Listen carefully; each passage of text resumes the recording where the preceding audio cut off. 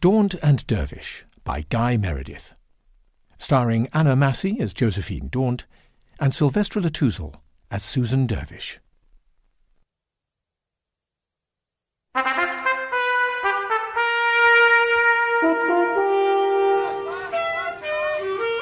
Oh, no, not again. Honeysuckle Rose? No, the rain. Quick, close the window.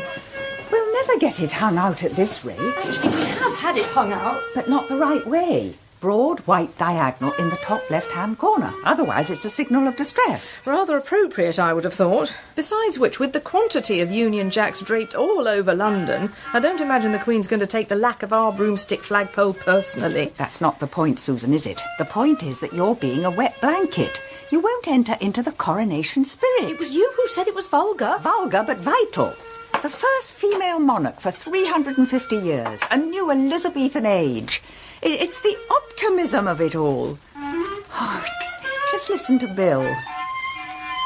I can see what you mean about optimism. My point is that he's not a great monarchist either. Few Scottish nationalists are, in my experience. But he's making the effort. Now do be encouraging. Josephine, Republican I may be, rude I am not. Well, ladies, what do you think? How's it coming along? Benny Goodman should watch his back. That's the magic of the old licorice stick. A while since I was in the school band, but once learned, never forgotten. All the notes still in there, just waiting to come out. They could probably wait a little longer, couldn't they? I'm just making a pot of tea. Yes, Bill, do allow yourself a break. It's only fair. No time, I'm afraid, Josephine. Only 2 more rehearsals before the street party.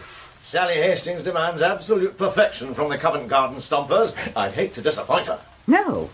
Well, quite. Yes, back to the grindstone. He's doing it for you, really, Josephine. Sally Hastings may be notorious. Notorious? She's brassier than the whole Joe Loss Orchestra. You just need to be a little more demonstrative in your affections. Publicly demonstrative. As far as the outside world goes, the L word is lodger. But our relationship is none of anybody else's business. And if you're saying that makes Bill easy prey, well, are we going to answer the phone? If by we, you mean me. Hello? Daunt and Dervish, Detective Agency? Hello? Yes, could you speak up a little? I'll close the door. Oh, yes, I can hear you now. I see. Well, how urgent exactly? Well, I'm not sure. Where? Oh, well, in that case, we'll see you in half an hour. Josephine, put away the coronation mugs. We're taking tea at Claridge's. Magna Carta Pictures, a great institution. 12.5 years of existence. In 12.5 years, I, Ricard Biro, have brought romance and defiance to the lives of the British people. What got the British through the war? Pluck. Pluck, that is what. And Magna Carta Pictures is as British as pluck. I'm sorry? This is what Winston himself once said to me. Should be our motto. Perhaps, translated into Latin. But you know Winston Churchill? Of course. We are like brothers, almost. More tea? How is your cake? Delicious, thank you. Real butter, I'd say. Mr. Biro, you intimated on the telephone that there was a problem at the studios. Yes, of course. With every film there are problems. And I, Ricard Biro, I overcome them. When I arrived in this country, I did not know the meaning of the word defeat. Naturally, at that time, I did not know the meaning of many English words. And the specific problem that you cannot overcome? Are you interested in the cinema? I am, yes. Have you heard of an actress called Belinda Lane? No, I'm afraid not. Do not apologize. In 6 months' time, you will answer differently. She is beautiful, of course, but that is not all. She has talent, real talent, of the sort that only I, Ricard Biro, can recognize and develop. She will become one of the country's greatest stars. And the problem concerns Miss Lane. This is her first leading role. I thought she was ready for it. She was ready for it. But now something is troubling her. What sort of thing? That, Miss Dervish, is what I wish you to find out. But my instinct tells me it is an affair of the heart. And while no one is a greater romantic than I, Ricard Biro, it must be put a stop to. Put a stop to? How? You find me the man involved, Mrs. Daunt, and I will speak to him. I will explain to him that the heart is important, yes, but not as important as the future of Magna Carta Pictures. Waiter! Yes, Mr. Biro? Bill this to my suite. Second cousin to the man who invented the ballpoint pen, Ricard Biro entered the film business at the end of the silent era, working in his native Hungary before moving first to Germany and then France. Resident in Britain since 1940, he is as renowned for his extravagant lifestyle as for romancing his leading ladies, being once described as the man who put the ogle in mogul. Really? That's interesting. Go on. He had a string of patriotic successes during the war, including Heart of London and the epic Those Daring Skies. Oh, yes, I saw that with a boyfriend. What was his name? He was in the Marines. Susan. Oh, well, that's about it. Despite his once glorious catalogue, there's nothing much to speak of in the last few years. Based here at Runnymede Studios, he's been reduced to turning out cheap comedies, often shown as second features. It seems the war made him, and then the country forgot him. Rather like Churchill. Except, of course, that we didn't get rid of him. He's back in power. You think they're really on first-name terms? Well, it's not impossible. The old boy's something of a showman. But what about Belinda Lane? Now, she is a dark horse. Very little more than Biro told us. Under contract to Magna Carta, started in bit parts, working her way up. Is that her? Oh, she's certainly beautiful. And there's temperament in those eyes. So she might be having a steamy affair with her boss. If so, it's unlikely that Bureau would ask us to investigate it. No, whatever or whoever it is that's bothering Belinda Lane, we'll have to see her in action. And for that, we need to find Soundstage 1. That building over there, I think. Oh, or was it? Ladies, you look lost. May I be of any assistance? Possibly. Do you work here? Not exactly, but you'll be looking for the Dr. Jekyll and Mr. Hyde shoot. How did you guess? Not difficult. Follow me if you please, ladies.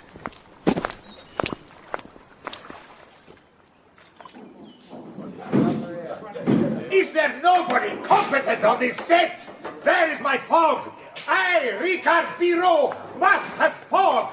Lots of fog. Cops arriving, Mr. Biro! So you're a journalist? A columnist, if you please. Gordon Teague, G&T of the Daily Sketch. News and interviews, girls and gossip, everything about entertainment, more stars than the galaxy. You'll have heard of me. Oh, naturally. Is Biro directing the film as well? Out of necessity, I would say. How do you mean? Is it a cheap production? Put it this way. What do you need to make a story? A hero, a villain, and a girl? Now, what strikes you about the plot of Jekyll and Hyde? The hero and the villain are the same man? Exactly. Is Biro employing you? No, we're from the Robert Louis Stevenson estate. Really? Then prepare for the sound of the old geezer turning in his grave. When I'm taking sips from your tasty lips, seems the honey fairly drips. Your confection, goodness knows, honeysuckle rose. Said your confection, goodness knows, honeysuckle rose.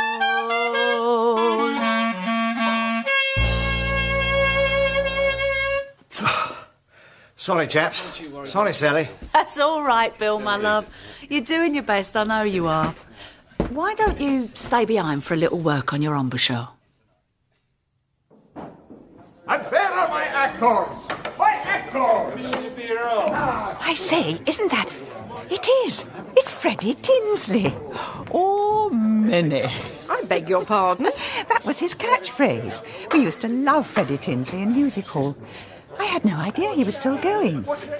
Is he under contract here? Why else would he be in a picture like this? Forgive me for asking, Mr. Teague, but if you have such a low opinion of this film, why exactly are you here? There's the reason right now. All right, I'm here. When are we going to get on with it? Belinda, my dear. Isn't she lovely? Isn't she the loveliest thing you've ever seen? You're here to write about Belinda Lane. I'm here to do her whatever service I can. Now then, Freddie, In this scene, you have taken the potion. Right. You stumble from the house, voicing your anguish, ready to defile innocence wherever you find it. Right. Meanwhile, you, Belinda... I've read the script. Oh, for goodness sake, can't we just get on with it? Of course. So, fog! Starting to fog, Mr. Biro. And action!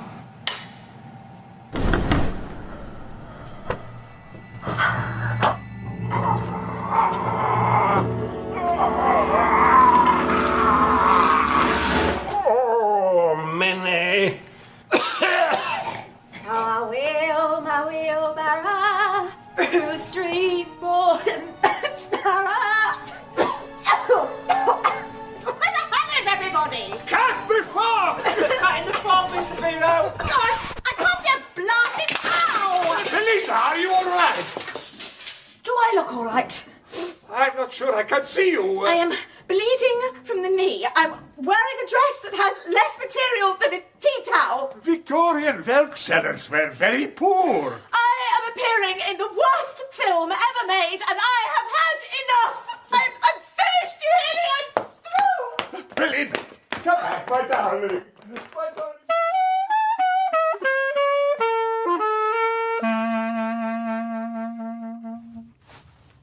Oh, yeah, that's much better. You see, I think you've got to tilt the clarinet just that little bit higher. I see. Yes. You're such an expert, Sally. Well, music is my second love, after fruit and veg. And poor Alfred, of course. Oh, it's chilly in the warehouse, isn't it? A little. We should probably be going. I have to man the office. You're dedicated to work just like me. Bill, I'm not one to ask favours, so let me put it this way. Could you do a little job for me? What do you think Belinda meant by I'm finished? Finished for the day or finished with acting? I don't know, but if she's got an emotional problem, it's more likely to be with a film than with a man. Magna Carta Pictures really is doing badly. It's obvious how Teague knew where we were going. Jekyll and Hyde is the only film on the lot. If there is a man involved, you don't think it could be him, do you? Well, he's clearly besotted with her. But a journalist? Oh, sorry, columnist. No, I'd sooner put money on Freddie Tinsley. I suppose he might make her laugh, though probably not with that catchphrase. But would you fall for a man twice your age? In my case, Susan, that's an academic question. But there's Tinsley now, crossing the car park. Mr. Tinsley? Mr. Tinsley? One moment, please. Could we have a word? If you're autograph hunters, you can beggar off. I've had enough for the day. I'm not an autograph hunter. I'm a private detective. My name's Josephine Daunt. My partner, Susan Dervish. Really? And what would private detectives want at Runnymede Studios? I might as well be blunt, Mr. Tinsley. Is there anything of an affectionate or romantic nature taking place between yourself and your co-star? Call that blunt. There's never been to Batley, that's clear enough. Point taken. Then perhaps I could broaden the question. Do you know of anybody, yourself included, with whom Belinda Lane might be having a liaison? If I did, what makes you think I'd tell you? What on earth was that? It sounded like Bill's clarinet. It came from over there. What's that building? The dressing rooms. Belinda? Which is Belinda's? Turn left. There's somebody up ahead. Never mind that now. Which door? This one. Belinda? Belinda? Oh, it's wedged shut. I'll charge it.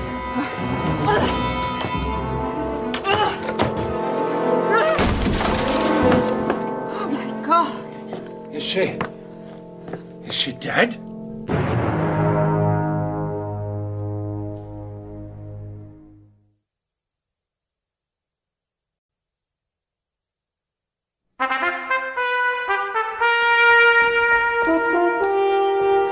There's somebody up ahead. Never mind that now. Which door? This one. Belinda? Belinda? Oh, it's wedged shut. I'll charge it.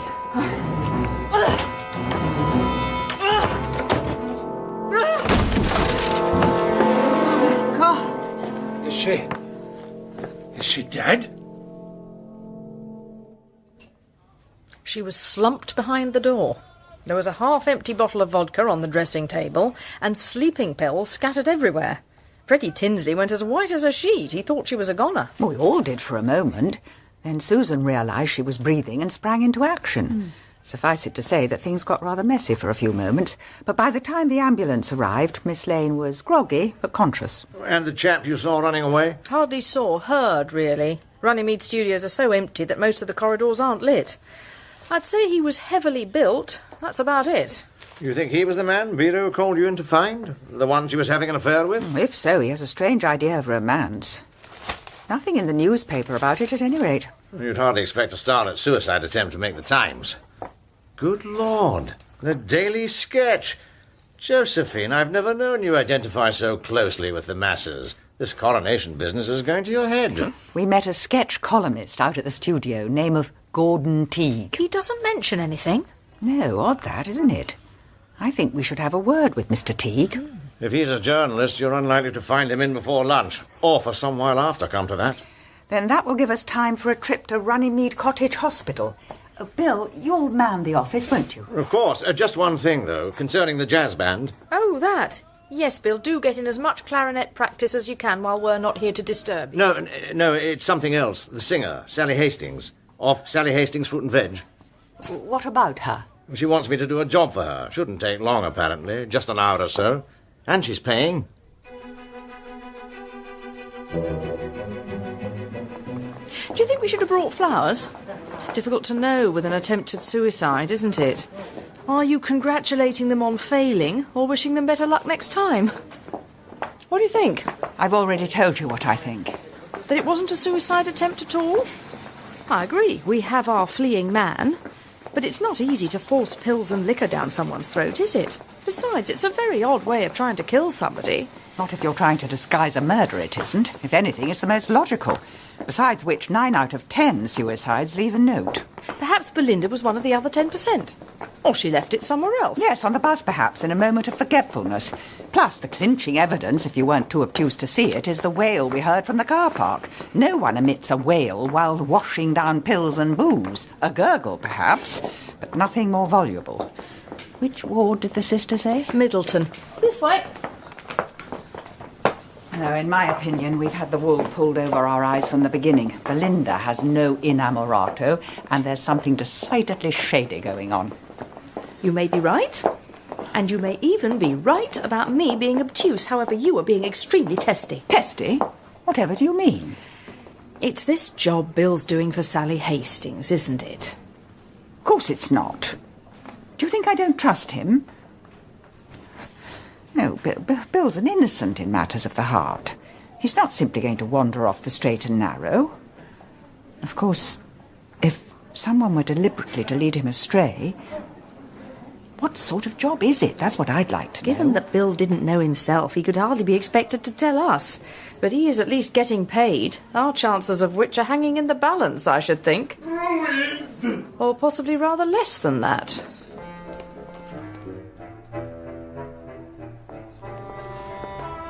We was all from the borough, my family. And Elf too, of course. Fruit and veg people, the lot of us. We don't know anything else. You've a fine singing voice, if I may say so, Miss Hastings. Sally, please. I do like a warble. I'm looking forward to the concert, no end. But in the meantime, business must go on, mustn't it? This is where Elf breathed his last, poor soul. Well, Sally, he's in a better place. Actually, he's in the basement. He's where? That was all that was left of the house after the bomb landed. Down we go. Don't forget the spade.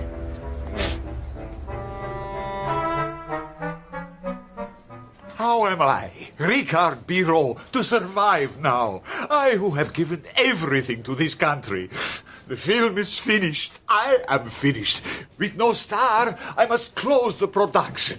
What will become of me? Of me, Ricard Biro? You'll be asked to leave the ward. That's what will become of you. But nurse... Sister, if you please. Go on. Off you go. You've disturbed the patient long enough. And you two have 1 minute precisely. But sister, I must stay with my star. She needs me. Belinda, do you remember us? Your dressing room? The ambulance? What? Yes, I'm a little confused. Hardly surprising under the circumstances. I'm Susan Dervish. This is my partner, Josephine Daunt. We're private detectives. Private detectives? It's a long story. What we really need to know is whether somebody means you harm Belinda. Private detectives? You took an overdose, but there was also somebody running away from your dressing room. There was? Who? He hadn't entered the room? No. What did he look like? Well, unfortunately, we didn't see him. Belinda, do you have enemies? Yes. Yes, I do. Powerful enemies. Who are they? No, how do I know I can trust you? Perhaps because we saved your life? Yes, but... All right, that's enough. This woman needs rest. One moment, please. I'm not sure what to do for the best. Come on, I said out. Please, sister. Out, come on, out.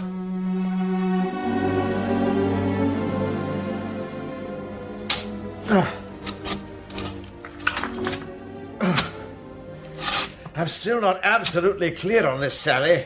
You said you wanted me to help you transport some money. And so I do. But it's with Elf. It's in his casket. Now, wait a minute.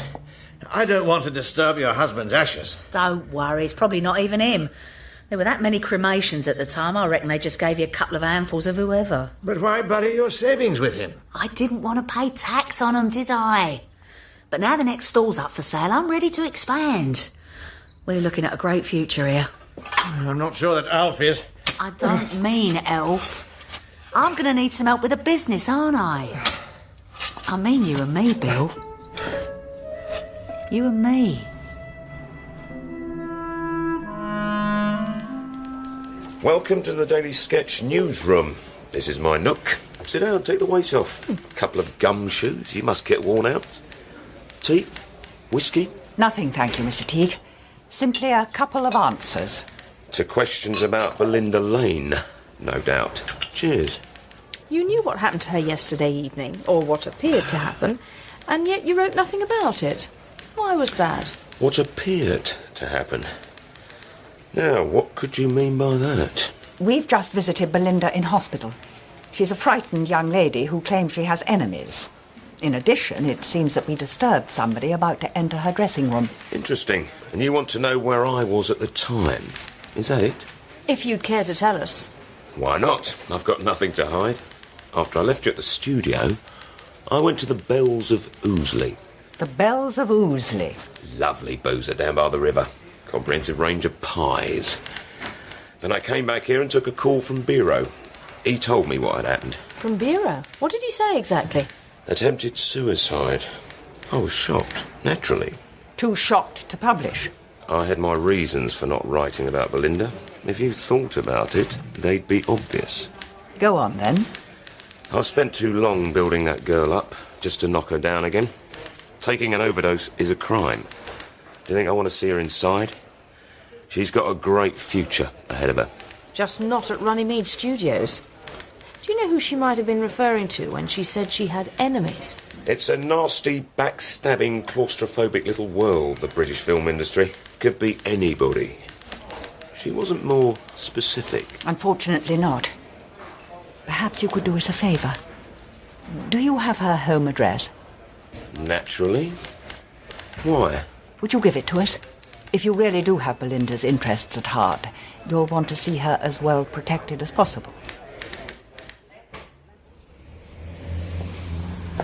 Not the most salubrious part of London, is it? Notting Hill.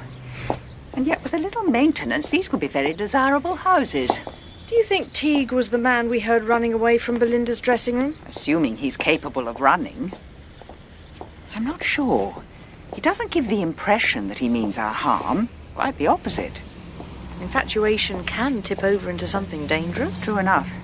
But his attitude when we mentioned Belinda's enemies was interesting. He seemed perturbed, but not surprised. 5 Stanley Crescent. Here we are. Any ideas about breaking into Belinda's flat? If it involves breaking something, Josephine, I will seriously have lost my knack.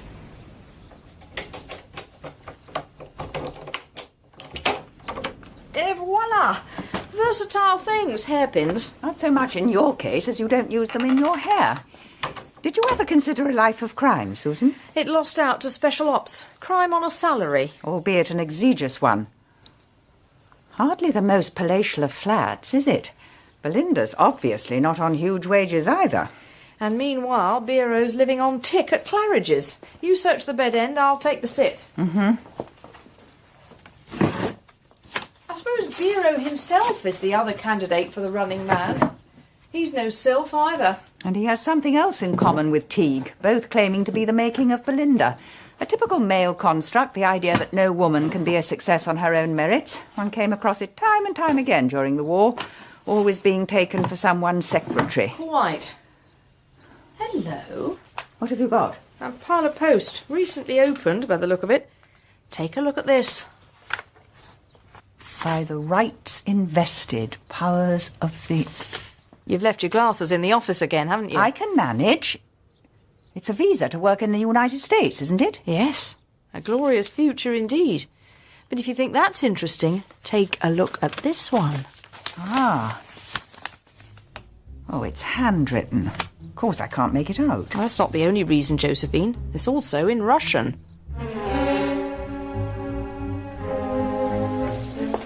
After Joe Stalin switched sides, they sent us off on a course. We mastered the Cyrillic alphabet on the first day, then got parachuted into France. Suffice it to say that I never got any further. Fairly typical admin cock-up. But the letter is signed Victor. Oh, yes, that was clear enough. And it's definitely addressed to Belinda. Let's get inside quickly. Yeah.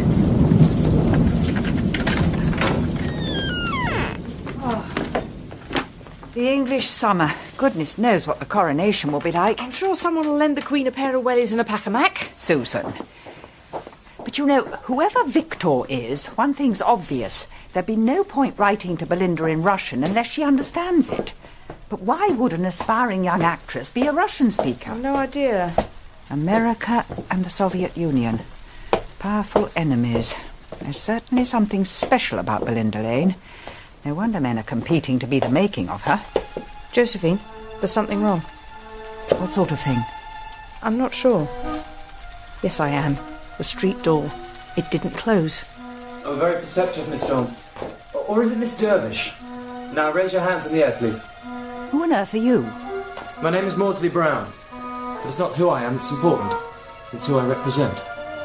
MI5.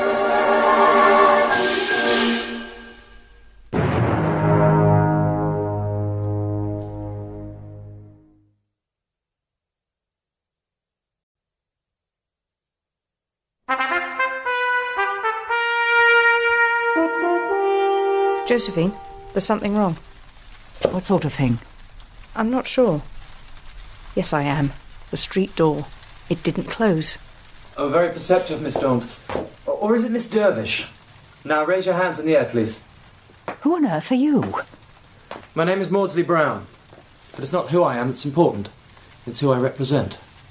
MI5.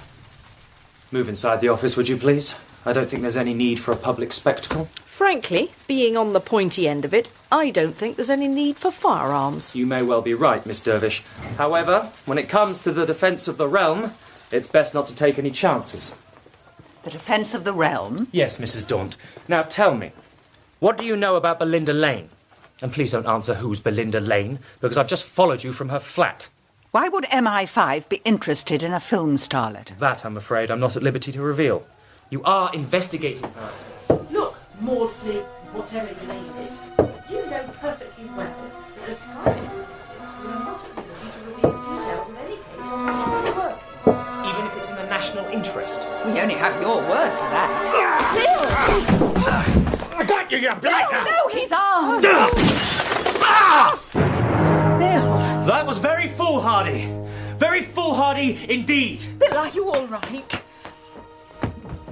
Bill, speak to me. I can't.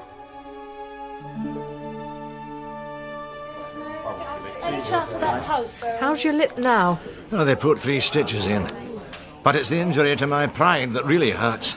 A few years ago, I would have had the gun out of his hand before he knew it was missing. You did your best. And it could have been a lot worse. For a start, the bullet only hit the telephone. But who would have thought that Bakelite shrapnel could be so nasty? I'll survive. At least it meant the double-barreled menace beat a hasty retreat. Mind you, it'll play hell with my embouchure. The clarinet. Oh. And it was going so well. Although in some ways it might be for the best. The job for Sally Hastings. How did it go? The first part was simple enough. I disinterred her dead husband's ashes, which were mixed up with her life savings. It was after that that things got a bit unusual. Unusual? She wants me to go into business with her. Business being only the start of our collaboration. Ah. I told her I was happy enough here, but as Josephine doesn't want to let on that we're, intimate. Here you are. 2 breakfast specials, sausage and beans on toast. It's all coming off the ration now. I don't have to skimp with the lard. No, indeed. How's the preparations for Tuesday coming, Mr. Mackey? I do love a street party. I'm preparing a little culinary surprise myself. Coronation spam, I'm calling it. Oh, Beryl, thank you for the use of your phone. I'm afraid it may not be the last time we have to impose on you. Oh, my pleasure, Mrs. Daunt, my pleasure. Well, did you get through to any of your old Secret Service contacts? Yes, and they promised to check up on this Maudsley Brown character. However, there's rather more urgent news regarding Belinda. She's checked out of Runnymede Hospital. Really? But that can only put her at risk. Precisely. She didn't say where she was going, but she didn't leave alone. She was apparently accompanied by an older woman whom the nursing sister described as being oddly dressed. Oddly dressed? Well, that could mean anything. Not quite. For instance, you're carelessly dressed, which is a different thing entirely. Now, she may pitch up at her Notting Hill flat, though I somehow doubt it. Whoever her enemies are, that's the first place they'll look. Bill, I trust you're not too busy with Sally Hastings? No, not at all. Why? I want you to find Freddie Tinsley. I had another look at the American visa we took from Belinda's flat. Now, it may just be an incongruous detail, but look at the valid from date. 2nd of June. That's Coronation Day. Well, perhaps she feels the same way about the whole rigmarole as I do. Possibly. But remember, there was still 3 weeks shooting left on Dr. Jekyll and Mr. Hyde before Bureau abandoned it. You mean Belinda knew in advance that the film would be abandoned? Exactly. Now, of course, her suicide attempt, if it was that, could have been designed for that very purpose. On the other hand, she couldn't be sure that Bureau would halt the film. Unless she's in cahoots with him. It seems at least possible. Freddie Tinsley, as her co-star, might have some insight into that. Leave it to me. Meanwhile, Susan, we should follow up Belinda's other international connection. The Russian letter? We'll need a translator. Where do we find one on a Saturday morning? As it happens, I've got a pretty shrewd idea where we could find quite a few. Taxi! Taxi! I'm busy, mate. Use your bleed knife. And a happy coronation to you, too. Bill, where are you off to? Oh, Sally. Hello. Oh, listen, bad news, I'm afraid. I'll have to drop out of the band. How do you mean, drop out? I sustained an injury. What sort of injury? Well, it's not only that. To be honest, Sally, I was holding you back. I felt embarrassed in front of the other chaps. The other chaps? But it's not the other chaps who matter, is it, Bill? No, it's the overall sound. And it might be like Glenn Miller dropping the trumpet player. You might suddenly find something completely original. But I've already found something. Or someone, Bill. You know I have. Now, this injury. Is it anywhere I could kiss it better? No, it's on my lip. Oh, now if that isn't an open invitation, my name is... Sally! Precisely, come here. Sally, please, we're in public, and I'm working. And there's a taxi. Where? Behind you, at the corner. Sorry. Taxi! Taxi! Where to, Gav? Anywhere, and then Hampstead.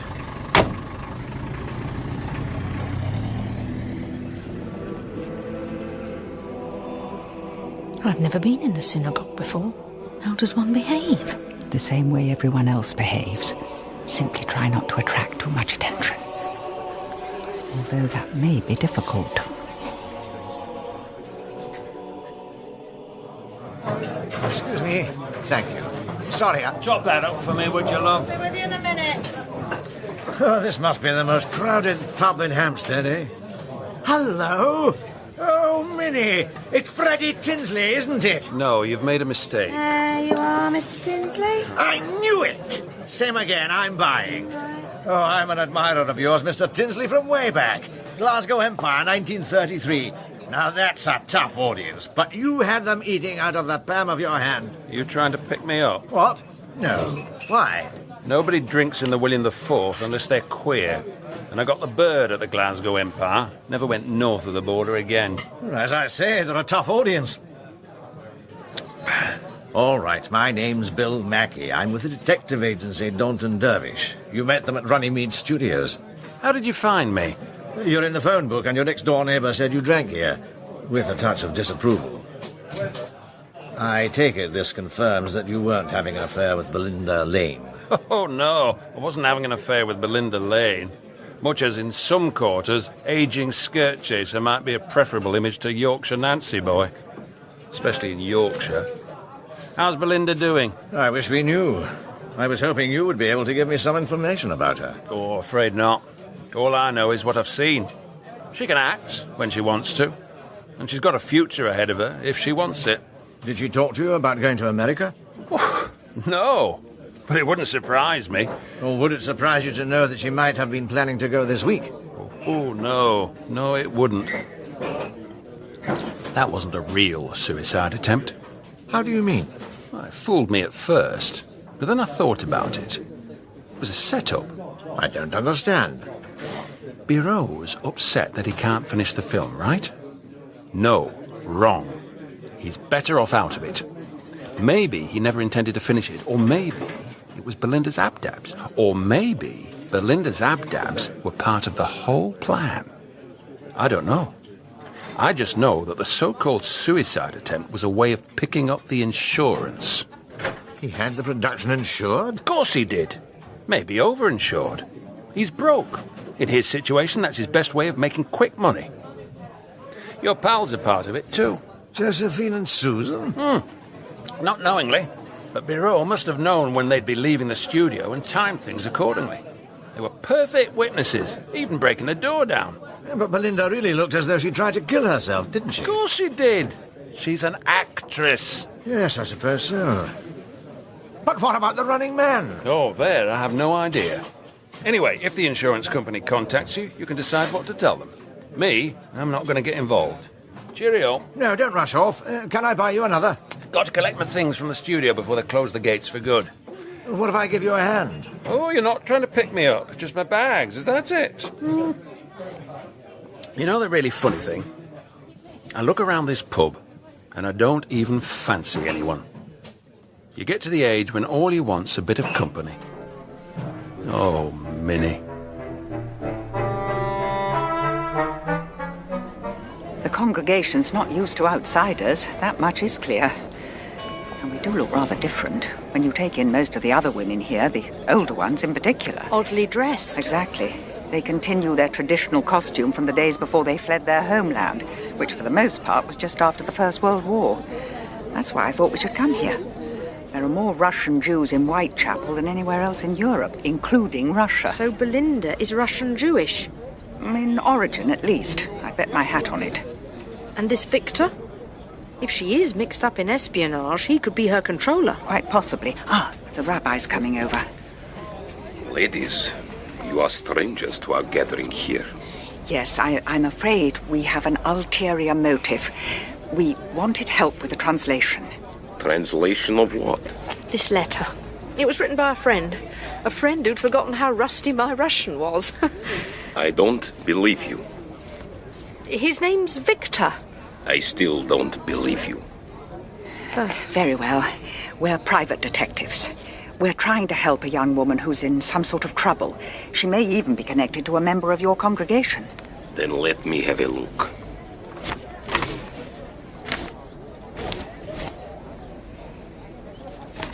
I see no threat here. This is a message of tenderness. You mean a love letter? Yes, I would say so. It concerns a couple who are planning a journey. A journey? Oh, now that makes sense. Does it give any indication as to who this Victor is? This is a private letter. You said someone was in trouble. They are not. All right, but, You say you are private detectives. How do I know you are not working for the state, the Soviet state? Josephine? One moment, Susan. Rabbi, I can assure you that our intentions are strictly non-political. I am pleased to hear it. You will excuse me. Of course. Josephine, look! Over there! On the edge of the crowd! What is it? It's the man from MI5, Maudsley Brown. I think we should have a word with him. Come on.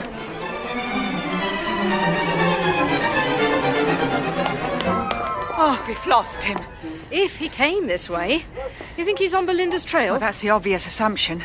I was wrong to tell the rabbi that we weren't mixed up in politics, and I don't mind admitting that I don't like it one bit. I don't mind admitting that I'm completely lost.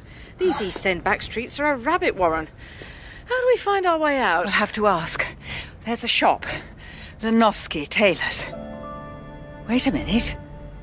Lanowski. So what will you do when Runnymede closes? Go back to music hall? If there was music hall to go back to, I think I'll be officially retired. Oh, don't write yourself off too soon, Freddie. I was pretty much on the skids myself before I met Daunt and Dervish. Well, maybe. But you're not a secretly queer ex-music hall star with a catchphrase and a dwindling appeal amongst the over-50s, are you? Put that way, no. About Birro, there's one thing I don't understand.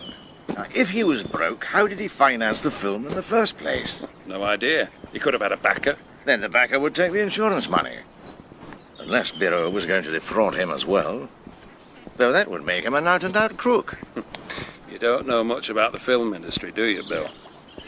Anyway, why don't you ask Birro himself? That's his office by the river. Maybe I should. I'll give you 20 minutes, then I'm heading back to town. All right. Hold on. What's that? It's the Thames, Bill. I just told you. No, by the bank.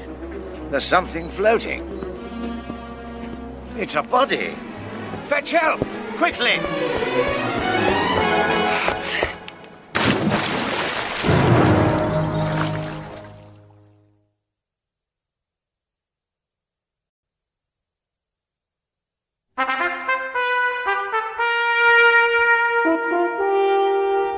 These East End back streets are a rabbit warren. How do we find our way out? We'll have to ask.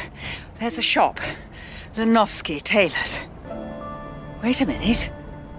Lanowski. Hold on. What's that? It's the Thames, Bill. I just told you. No, by the bank. There's something floating. It's a body. Fetch help! Quickly!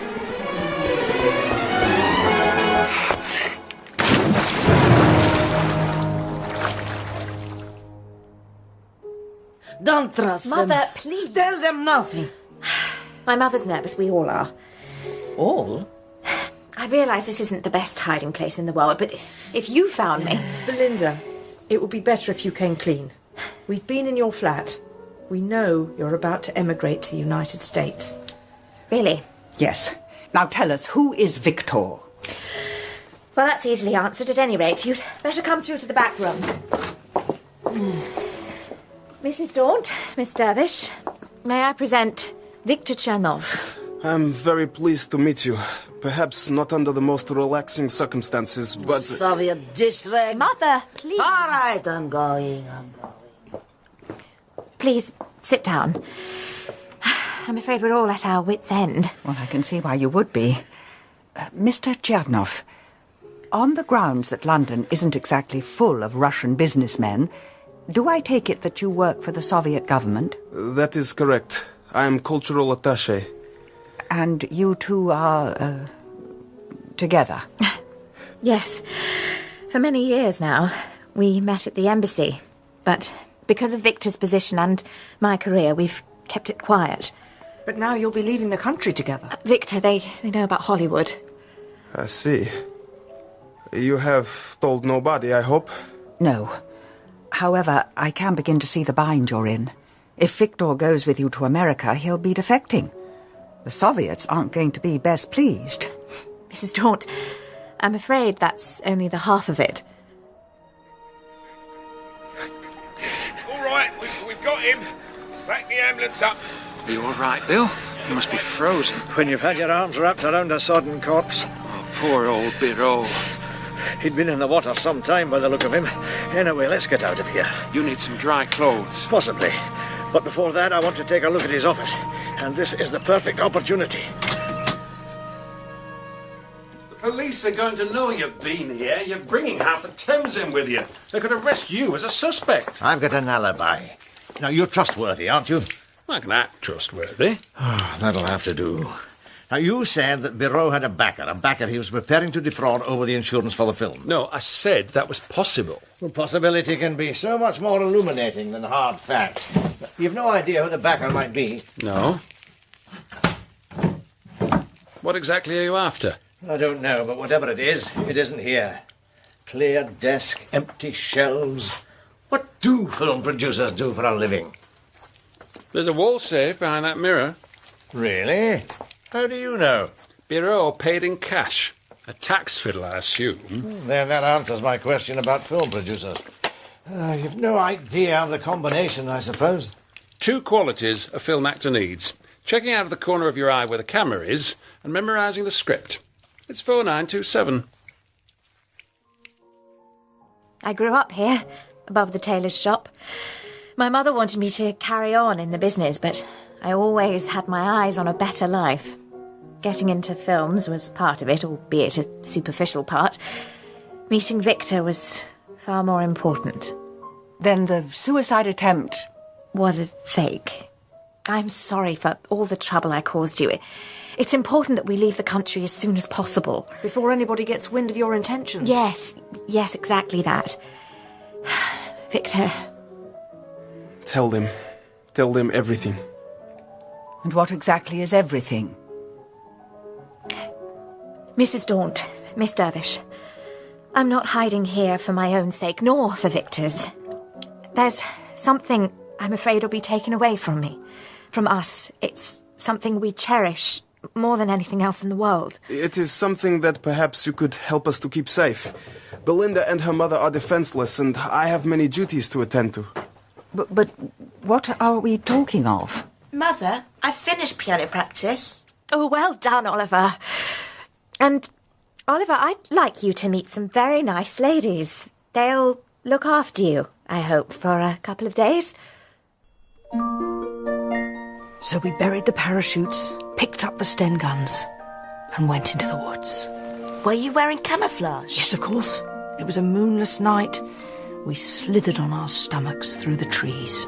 Like snakes? Exactly like snakes. That way we couldn't be seen. Of course, there were German soldiers all over the place.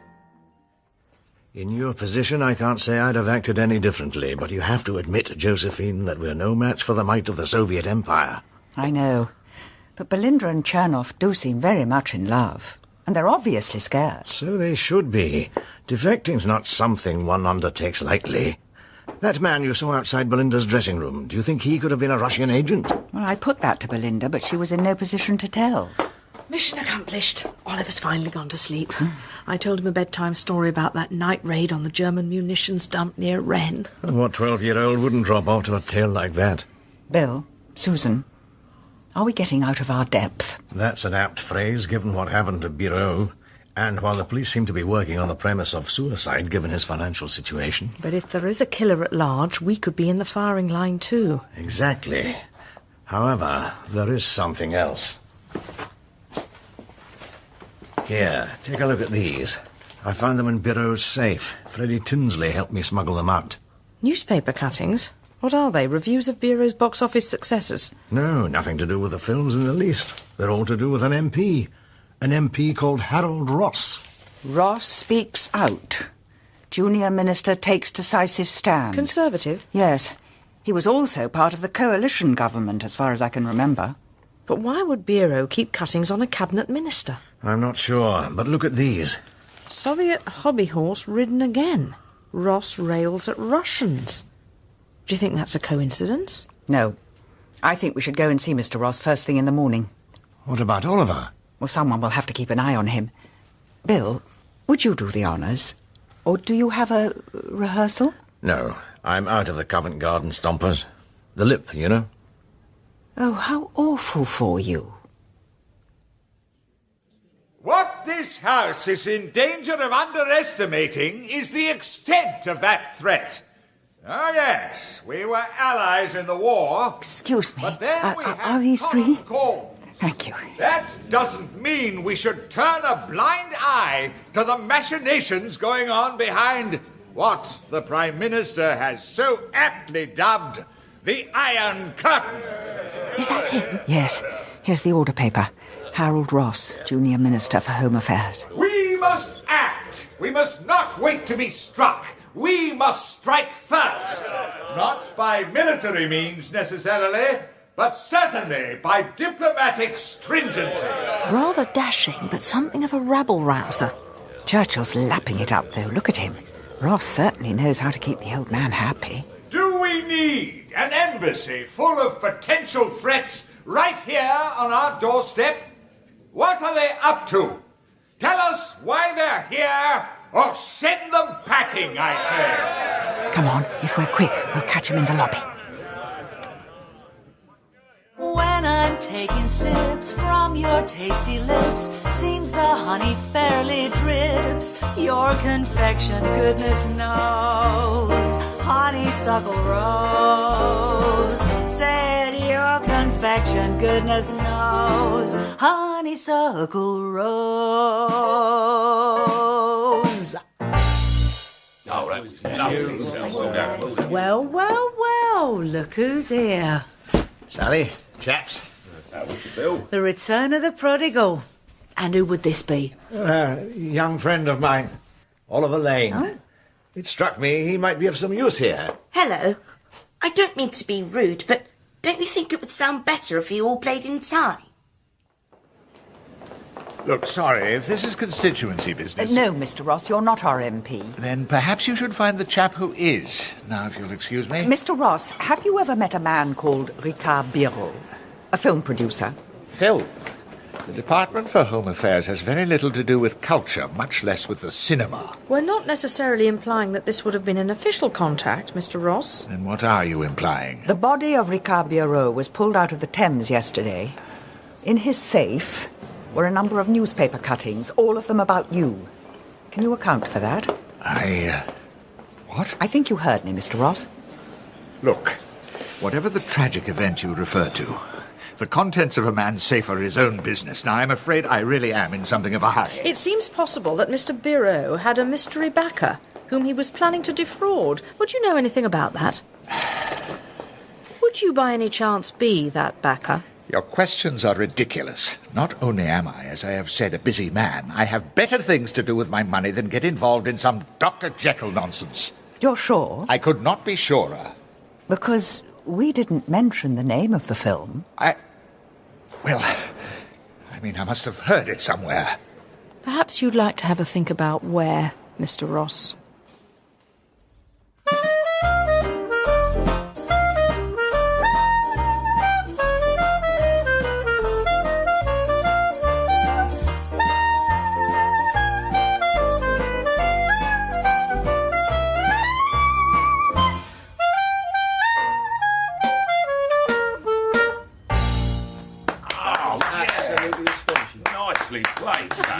Nice! This kid's some sort of Mozart. Where'd you find him, Bill? A friend of a friend. The clarinet's not really my instrument. Not really your... Oh, never mind that. You free for the concert tomorrow, son? I was looking forward to seeing the coronation parade. You can fit both in, don't worry. Kid, you're going to be the star of the show. Apart from me, of course. We'll see you tomorrow, Sal. See you, lads. Ta-da. Sally, it's not as simple as that. I can't just put Oliver on a public stage. I'd need his parents' permission. Bill, we need a private word. Come into the kitchen a second. What for, Sally? Come with me. Oh, hang on there, Oliver. I'll be right back. Now listen, Bill. You're being obstructive, you know that. I'm not. I'm simply... I understand why. You're upset. You think that the fact you're not playing in the combo means I've gone off you in some way. No. Well, I haven't, Bill. I still feel the same about you.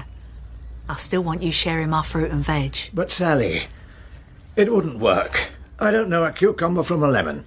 Well, obviously I do. That's all settled then. No. No, it isn't. Look, Sally, I have to be honest with you. It's not just that I'm happy with my present job. It's Mrs. Daunt. She and I are, well, She's not only my employer. If I didn't know better, Bill Mackey, I'd think you were giving me the cold shoulder. No. Well, yes. Oh. Oh, Sally. Oh. Don't, please. Here, use my handkerchief. Oh, damn, it's in my jacket. Oh, just wait there.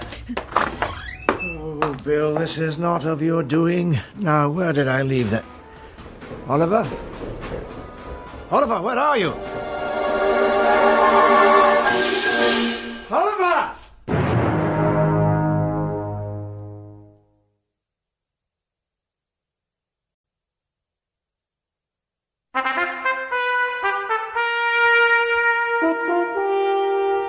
Oh, Sally. Oh. Don't, please. Here, use my handkerchief. Oh, damn, it's in my jacket. Oh, just wait there. Oh, Bill, this is not of your doing. Now, where did I leave that? Oliver? Oliver, where are you? Oliver!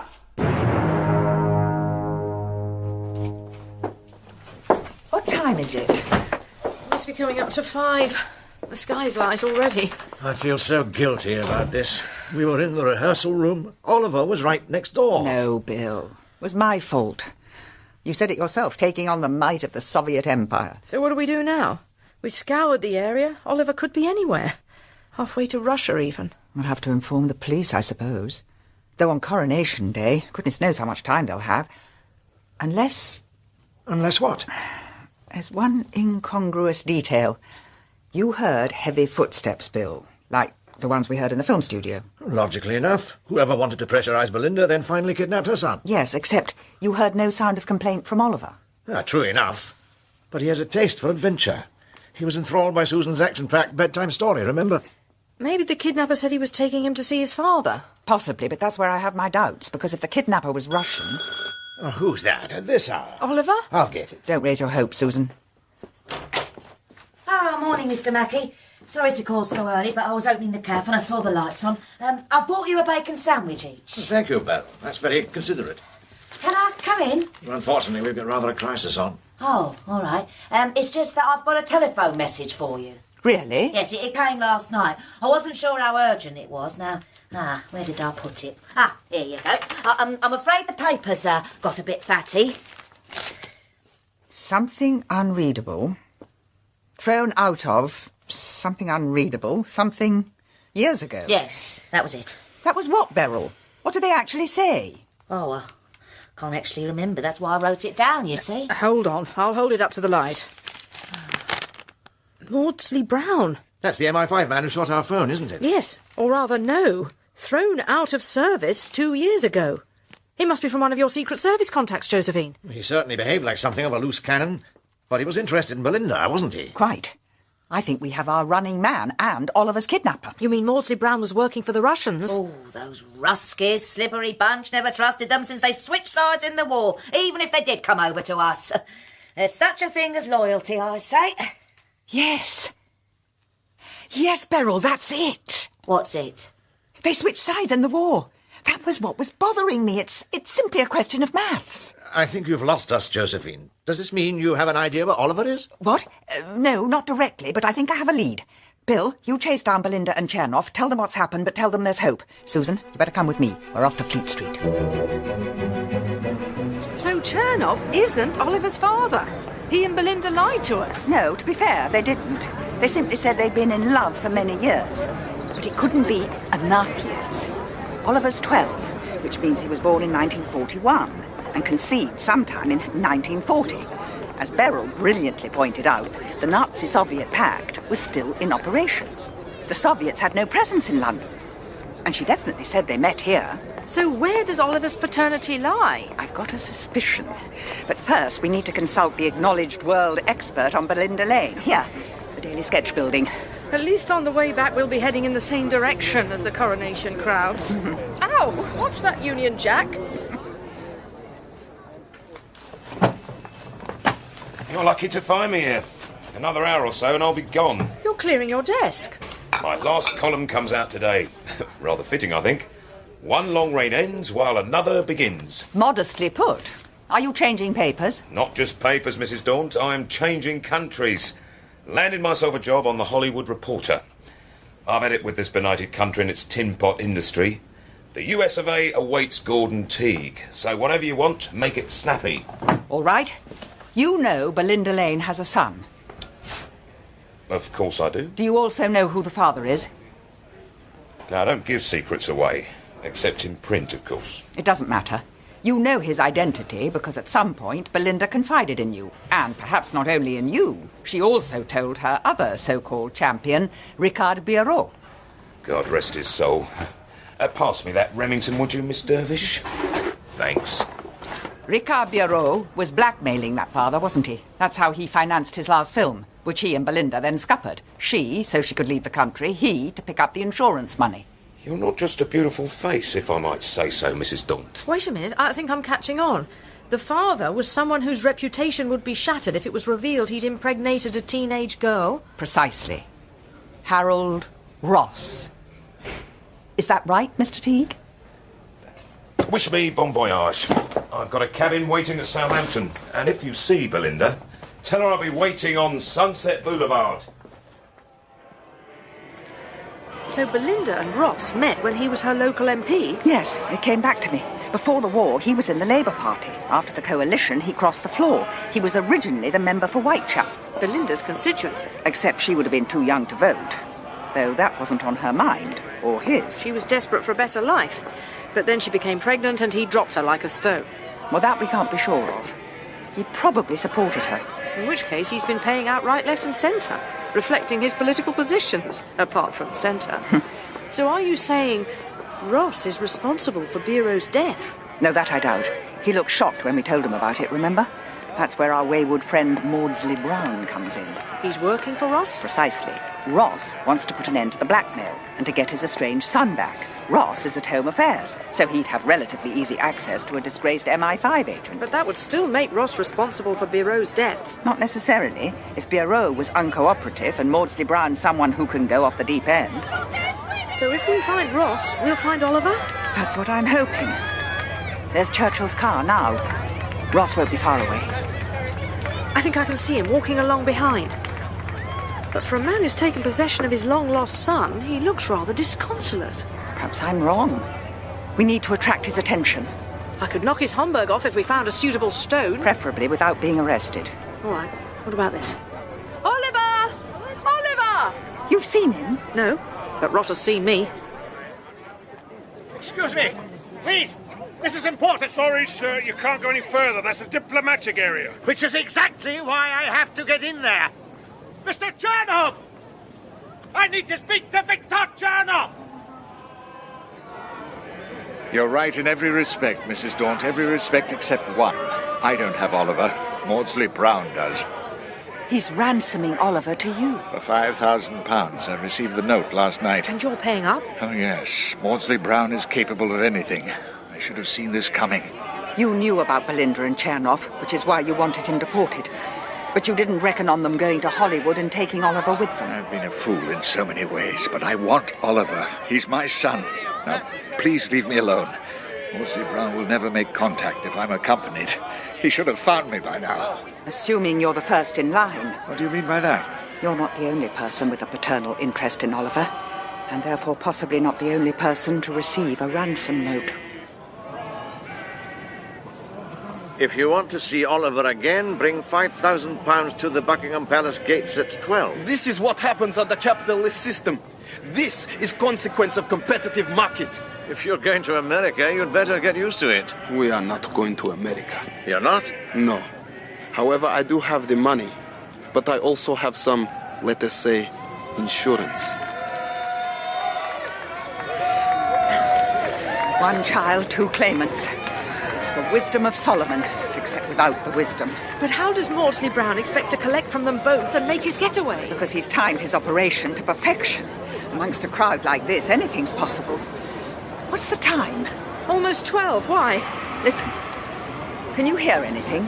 I can only just hear you. The RAF flypast is at midday. The Queen will be on her balcony. Everyone's eyes up in the air. Maudsley Brown can do what he wants. We can't get much closer to the palace. He must be here somewhere. Miss Dervish! Miss Dervish! Where did that come from? Towards the gates. There he is. Oliver! Maudsley Brown's behind him. Come back here, you little menace! Isn't it exciting? I want to get to the front. No, Oliver, be careful. This way. There's an excellent view from where we are. I said come back here! I can't, Miss Dervish. There's too many people. We've got to do something. I know, but Susan, be careful. Remember, Maudsley Brown is armed. I'm all too well aware of that. Excuse me. If I could just be... It's like making your way through a forest. Oh, wait a minute. That's it. Oliver! Snake! What? On the ground! Snake! What's that? Something I taught him. Oliver! Oliver, where are you? You two, stay out of this! Give up, Maudsley Brown. You've lost him. You've lost your bargaining power. Mrs. Daunt, hello. Oliver, you're safe now. But where's Miss Dervish? Maudsley Brown, listen to me. You've bitten off more than you can chew. Oh, is that right? Look around you. There's more soldiers than Sandhurst. Oh, the military. You think they scare me? They're all show. They're all pomp and circumstance. Here's the difference. I'm the only one with a gun that's loaded. Susan! If I'm going, I'm taking you with me. Susan!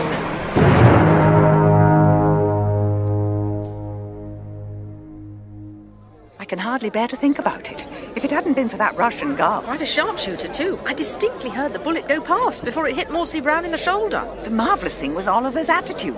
All he could talk about was the fly past and the guns and the soldiers. Which should stand him in good stead in Moscow. Is that really where they're going? Apparently so. Hollywood was just a blind. If Ross had known their real destination, he could have stopped them officially. Or still could, I suppose. But not if he wants his link to Maudsley Brown exposed. Do you think we should feel sorry for Ross? He's losing the son he's never known, after all. And Gordon Teague, waiting in vain for Belinda on Sunset Boulevard. On the bright side, though, Bill got a call from Freddie Tinsley. Apparently he is going to Hollywood. There's a real demand for English butlers. On screen? No, actual English butlers. It pays much better, apparently. And as for Belinda and Victor... Mrs. Daunt, Miss Dervish. Thank you for all your help. When do you leave? In the morning. Oliver has a place at the Moscow Conservatoire. He starts next week. And I already have offers for far, far better films than I could make here, or goodness knows in America. I hope you're doing the right thing.